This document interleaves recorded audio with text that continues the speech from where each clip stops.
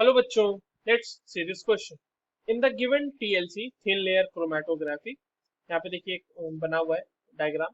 उसके बेसिस पे बताया जा रहा है कि the distance of spot A and B, A और बी का जो स्पॉट है, are 5 centimetre and 7 centimetre from the bottom of TLC plate. यानी कि यहाँ पर से ए का और बी का जो आपको स्पॉट दिख रहा है वो उसकी दिया हुआ है वैल्यू 5 सेंटीमीटर और 7 सेंटीमीटर रिस्पेक्टिवली।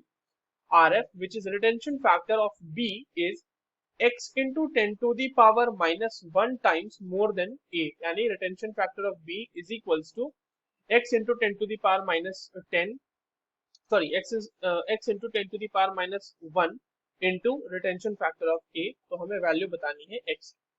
चलिए इस क्वेश्चन को सॉल्व करते हैं बच्चों। और सबसे पहले तो ये देखते हैं कि इस क्वेश्चन को सॉल्व करने के लिए हमारे पास कौन से की कॉन्सेप्ट की जानकारी होनी चाहिए।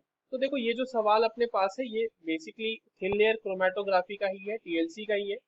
और उसमें भी हमें ये पता होना चाहिए कि हम रिटेंशन फैक्टर कैलकुलेट कैसे करते हैं। रिटेंशन फैक्टर कैलकुलेट करने के लिए जो आरएफ होता है वो जैसे किसी का भी मान लीजिए, किसी सब्सटेंस का ही मान लेते हैं, तो उसका जो डिस्टेंस होता है, distance move by substance substance from base line.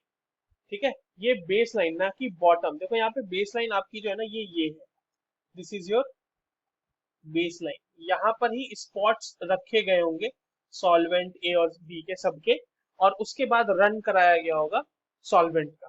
तो distance moved bye substance from the base line divided by distance distance moved by solvent solvent from base line. ठीक है, बेस लाइन से सॉल्वेंट भी कितना move करता है ये भी हमें देखना है।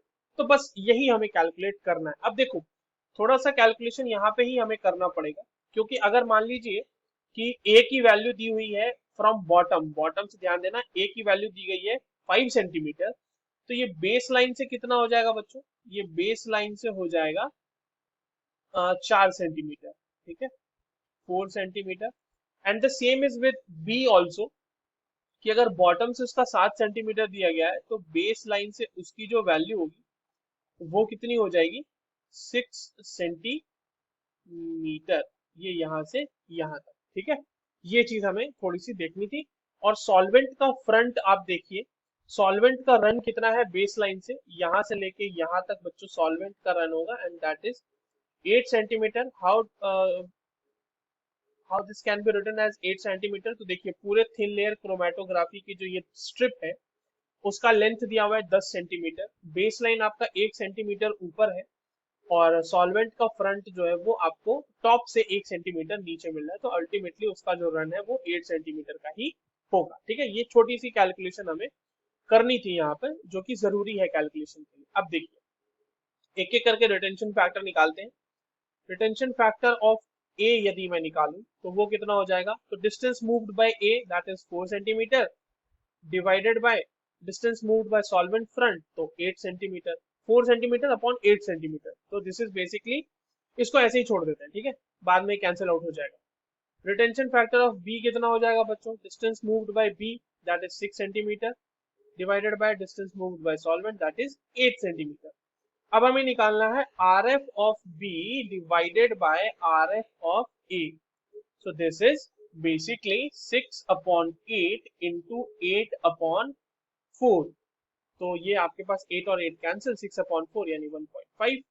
तो हमसे ये पूछा गया है कि R F of B is equals to 1.5 into R F of A, 10 to the power -1 के रेंज में लाना है इसे। तो ये कितना हो जाएगा बच्चों? 15 हो जाएगा, राइट। इसको हम लिख सकते हैं 15 इंटू 10 to the power -1 के रेंज में। तो x की वैल्यू हमारे पास 15 है, that is the correct answer.